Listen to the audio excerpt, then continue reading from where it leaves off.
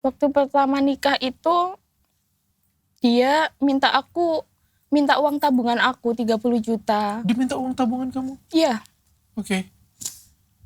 Di situ kan dia tahu nominal tabungan saya di ATM gitu kan, nominal uang saya di ATM.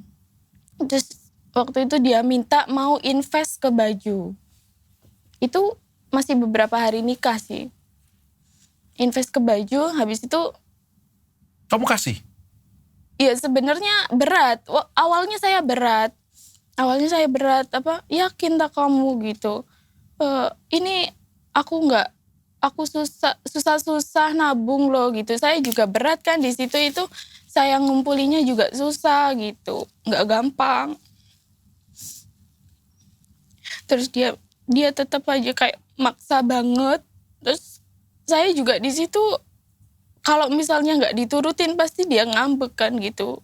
Akhirnya Pasti kamu dia kasih? ngediemin saya. Ya, akhirnya saya kasih semuanya. Ya udah kalau emang itu kemauan kamu gitu. Terus saya transfer ke temennya itu semuanya.